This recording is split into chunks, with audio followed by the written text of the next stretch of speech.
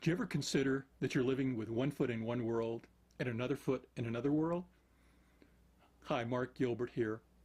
And in this video, I want you to consider how your existence each day, your thoughts, your desires, your aspirations, your experiences, take you into two different worlds, and that you bounce back and forth between the two, generally without recognizing it. You know, one of the unique things about humans, as far as we know, we're the only entities on the planet that move and shift between these two types of experiences. On the one hand is our animalistic past. On the other, our spiritual future. Yes, our physical makeup shows that we most likely moved and evolved through lower forms of species in our distant past. We have the DNA, the coding, the physical structures, such as the older, lower parts of our brain, all that share much with other animals, both past and present. Yes, we've got base desires and needs that are based on our being physical animals. These needs are generally represented by the lower needs on Maslow's hierarchy, such as the physiological needs for air and food and water, to assimilate nutrients and eliminate waste material, the desire to feel safe and secure from a potentially hostile world, the safety to feel that we'll be able to keep our life going and to keep it going beyond the time we're here via sex and procreation such that we have successfully raised offspring. Yet we're also motivated to gather in groups and tribes, recognizing that there's greater personal safety in numbers.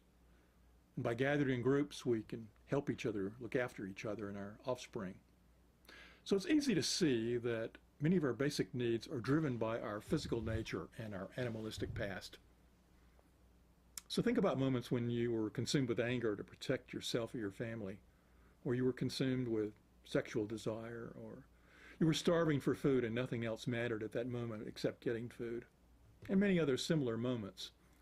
And one can easily see that a part of our nature is anchored in this material world. Yet, we're also motivated by other things. Humans are driven to find meaning in life, to create and express themselves in ways that have nothing to do with survival. Humans seek to connect and help one another in ways that simply can't be explained in animalistic survival terms.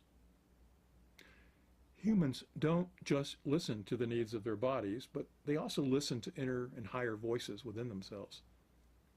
What we label our intuition guides us and tells us much more about the real reality of the world in which we live than oftentimes what we get through our senses.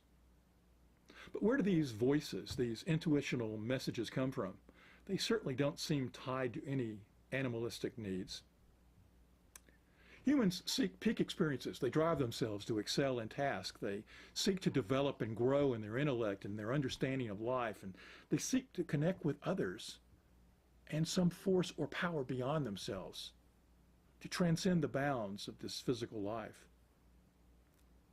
Again, in Maslow's terms, we'll consider that perhaps some parts of the self-esteem or aesthetic needs come from a place beyond our humanness, from our animalistic side, and that maybe they're a type of bridge that takes us from humanness into our spiritual side. But certainly those higher needs on his needs pyramid, such as self-actualization and self-transcendence, certainly come from a higher spiritual nature within us.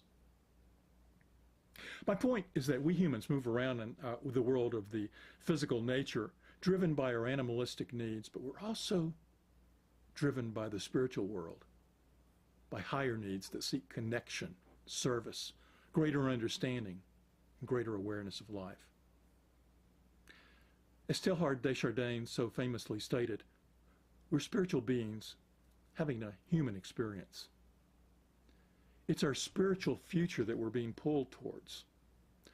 Our past is full of our animalistic needs and how they control us, but our spiritual evolution is taking us home to an understanding of our spiritual side, and we live and express it more each day.